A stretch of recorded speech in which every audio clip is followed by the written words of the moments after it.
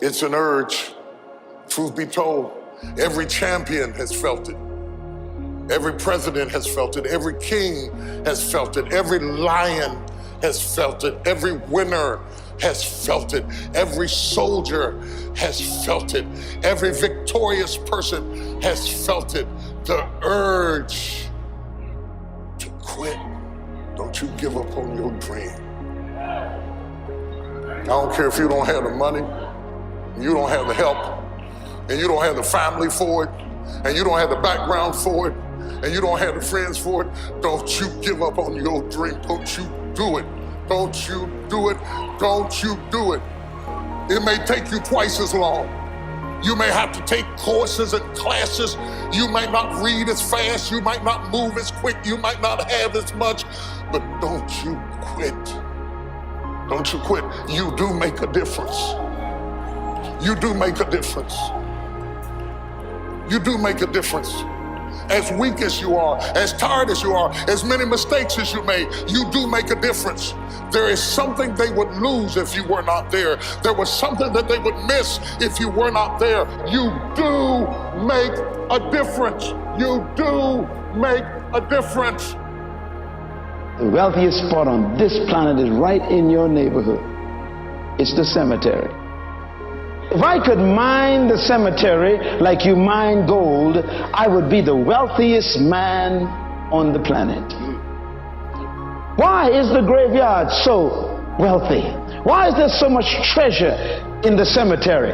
Why? Because buried in the cemetery are dreams that were never fulfilled, books that were never written, ideas that never became reality. There in the graveyard are paintings that were never painted, songs that were never written, books that we'll never read. In the cemetery are great manufacturing plants that were never built. In the cemetery are sermons that were never preached. The cemetery is pregnant with unused success. Buried in the cemetery is treasure that makes God weep. Jesus had a must at an early age. Luke 2, what's your must, Jesus? I must be about my Father's business. Luke 4, I must, he says at 30, I must preach the gospel. For this purpose I came. Luke 9, the Son of Man must suffer. He's going to bear the sins of the world. John 3, the Son of Man must be lifted up.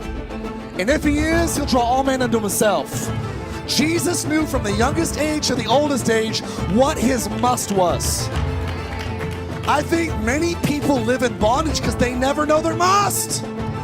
They get personally free, they get set free, delivered, power of God hits them, peace of God fills them, tears flow out of their eyes, but because they never leave and say, God, what is your purpose?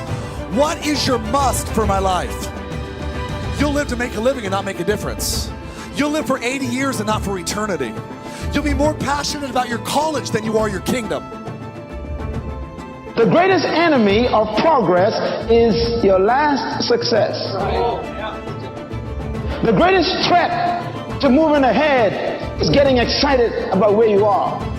Whenever you feel like what you've done is the best you could do, you just died. No matter what you've done, if it didn't kill you, there's more left. Because God sent you here. And no human being came to this planet empty. I repeat, no human came to this planet empty. If you are serious about the dream, you become obsessed with your own development, and your willingness to invest in your own development in the present is an indication of what you believe is going to happen in the future. Personal development is an act of faith. You're saying, God, I believe you're getting ready to do something so crazy in my life. I've got to build the kind of character and the kind of spiritual stamina that can handle it before you send it in my direction.